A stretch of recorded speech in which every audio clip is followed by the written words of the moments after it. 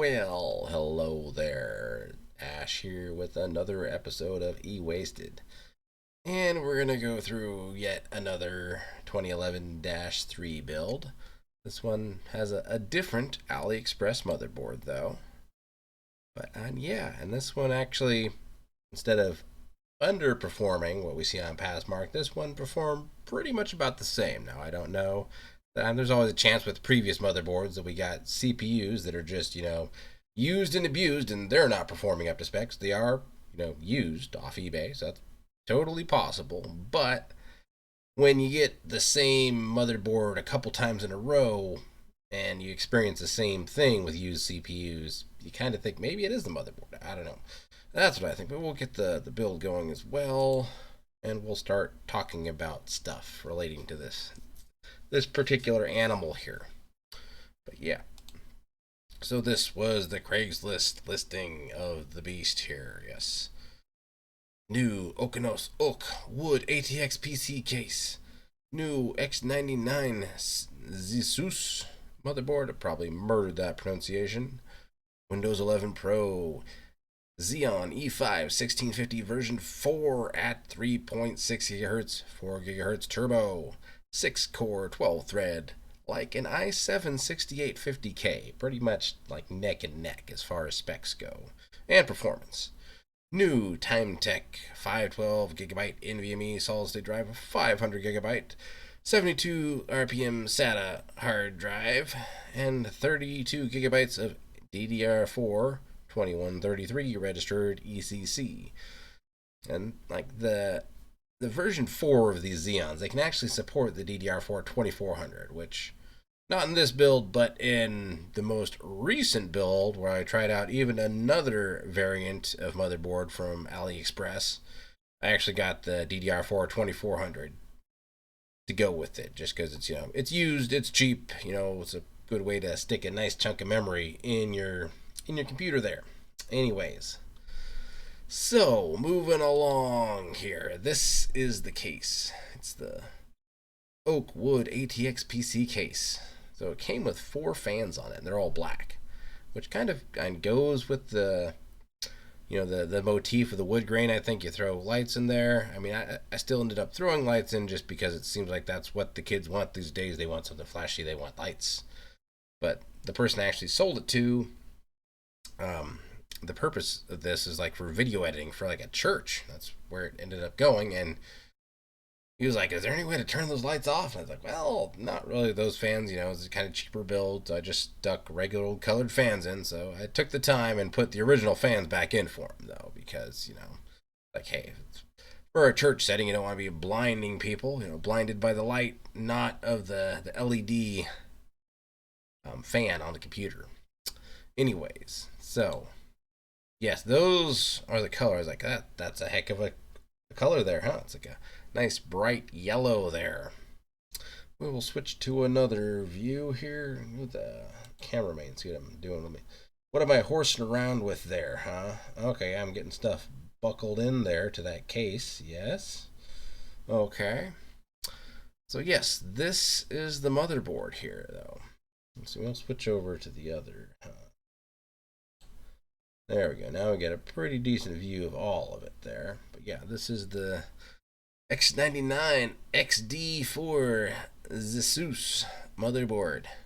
And this one, like one thing I noticed is it did not come with the little plastic fitting that attaches to the motherboards. You can do the clamp on CPU coolers, which pretty much all the other X99 motherboards I've got off AliExpress. So this was the cooler, which I thought did the 2011, but it was really a stretch. I had to kind of drill out the holes, and it barely fit on there. I mean, it came with the right screws and stuff, but it was really a stretch to get that thing to fit. I mean, I was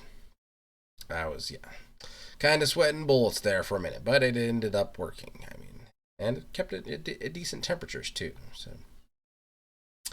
But anyways here, what else do we got? Yes, this is the CPU that I ordered for it. The E5-1650 version 4. $10, yeah. Not bad, not bad. Oh wait, okay.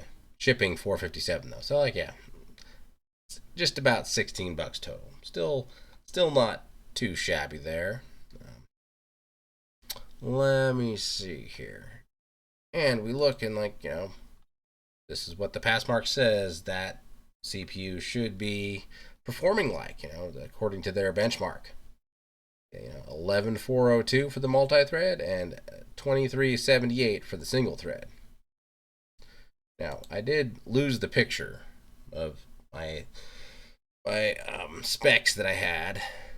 But anyways, I found this video that I had in the chat with someone where I recorded from the same picture. But so I got 11334, which is really close to the 11400. If you retest it a few times, probably get the same thing.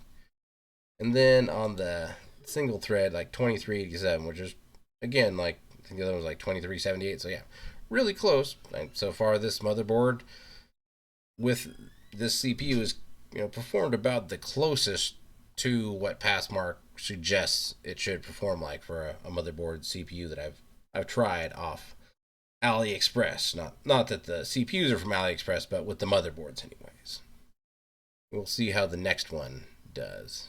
It's a different, I forget what the name is. They're all a mouthful to try to pronounce, or at least for me anyways. Let's see here. So then, not this card specifically. If you look back in the pictures here, you see it's like I think it's like an MSI one or something that I had in here. I ended up like getting two of these, and like I think it was even a different one that I ended up using in this one, but someone else ended up wanting this one just because it had like DVI or something like that. But anyways, if you were to go out and buy a 2060 off eBay, this is about the cheapest I could find one right now. So it's like about 130 bucks, free shipping. So yeah, somewhere there, 130, 140. Maybe you can get it down closer to 100 if you find some best offer and try to haggle a little bit. Never hurts to haggle. Yeah. But anyways, so then you think, okay, so what should the 2060 perform like? Passmark, it says their average G3D score is 14,122. And we look at what we got on our benchmark doing it, we got 14,949. So we got just a little bit better. But yeah, anyways, moving right down on the line here. That. So on to, yes, there's the memory that I got. Like 2 is about 15 bucks a piece. Yeah, 3163 total. Yeah, unless there's something else in the order too. But no, I guess that's. Oh, yep. Okay, so 30 bucks is the total with the CPU. So yeah, the memory was just 10 bucks a stick. So it was like 20 bucks. 20 bucks for 32 gigs. Not too shabby. Even though it is only, the lowest DDR4 you can get, the 2133. But hey, quantity over quality, right? I don't know. Anyway, so this is the NVMe that we stuck in there. And, 35 bucks. I think it was closer to 30 when I got it. But, yeah, it was like, let's see here. Go back and check on how it scored. Yeah, up around the 20,000 mark. That's not too shabby. Pretty good for, pretty good for a $30 NVMe, in my opinion, anyways. Not too bad there. But then thinking about, like, how much power, what kind of power supply should we get for a system with these kind of specs? So we got our, PCbuilds.com, checking out, the E5-1650, the 2060, and the, 2 DIMMs of DDR4, the desktop motherboard, 1 SSD, 1 HDD, and 6 120mm fans. And what does it pump out as far as requirements? As a TDP of 411 watts, minimum of 500 watt power supply, recommended 600 watt. So we went with this Thermaltake Smart 600 watt off Amazon. Seemed to be a pretty safe bet for this, this system configuration. But yeah, anyways here. So there's a picture of the inside. There's a picture of the side and the back. There's a picture of the front, the top. Yes, that's, we're getting kind of close to the end. Let's see. Actually, not even not. We're getting. I'm building. I'm putting it together. Oh, this is when I had a. Was it a 5700 XT that I got that I was going to test out with this build? This is before I stuck the 2060 in, but yeah, getting it all together. It takes a while to get all the I's and lowercase J's to get those dotted and stuff. But anyways, about done with this one here. We can go through the build just a little bit more there, but I think we covered all the main parts here. Got it all set up, talked through all the things. You can watch me build stuff a little bit more, but I don't think that's going to do much for it. Plus, I got other stuff to do here. So, anyways, we will talk to you on the next episode, and have a good one, whatever you're doing, whatever time it is, wherever you are existing right now. Bye-bye.